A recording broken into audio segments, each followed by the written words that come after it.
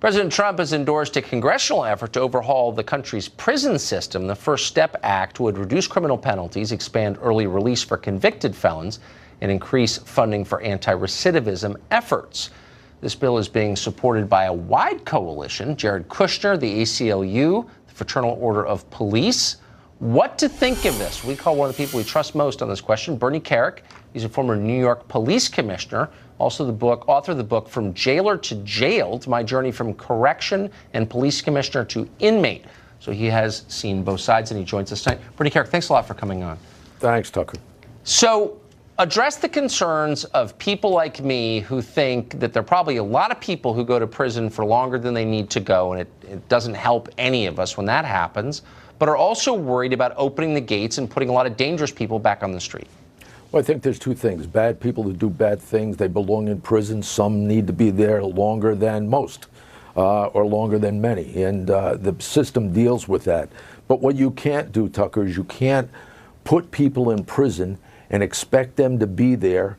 They learn how to steal, cheat, lie, manipulate, con, gamble, and fight, and then don't do anything for them. Don't give them any programs. Don't give them any work ethic, discipline, life skills. Then send them back home and expect, as some members of Congress do, that they're going to be better people. Because at the end of the day, you know, we have congressmen now sitting around Washington in a circle jerk, basically saying, why is the recidivism rate going up?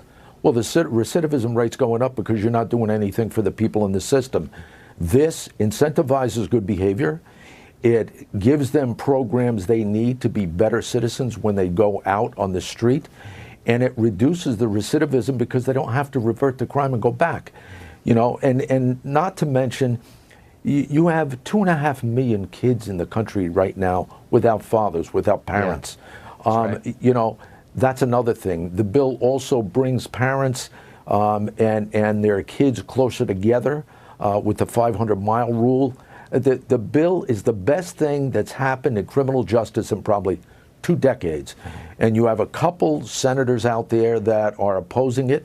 I challenge them to debate me or walk through a federal prison with me and see what's in the system for yourself instead of listening to a staff member.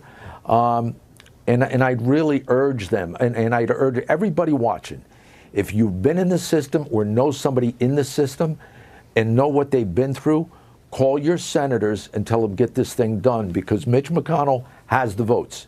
He has the votes. He said 2 weeks ago, if I have the votes after the election, we're going to do this and get it to the president. He has the votes. Now he's saying, well, we may delay it to next year. I'm here to predict if they delay it to next year, it'll never happen. They did this in 2016. They were going to delay it to next year. It never happened. He has the votes now. To not do this now with the votes is an intentional attempt to embarrass the president, or it's some self-serving declaration by Mitch McConnell and the couple people that is opposing it. I think it has to be done. We've never worked this hard to do it. I've been in Washington, D.C., briefing, testifying, and speaking since 2013. You have Newt Gingrich, Van Jones, Lindsey Graham, Cory Booker. Everybody under the sun is trying to get this done. They got to do it now. Mitch McConnell has to do it now. Well, you're one of the. There's so much noise about this. I wanted to talk to someone I trust on this subject. Bernie Kerik, thanks very much. Great to see you tonight. Thanks, Tucker.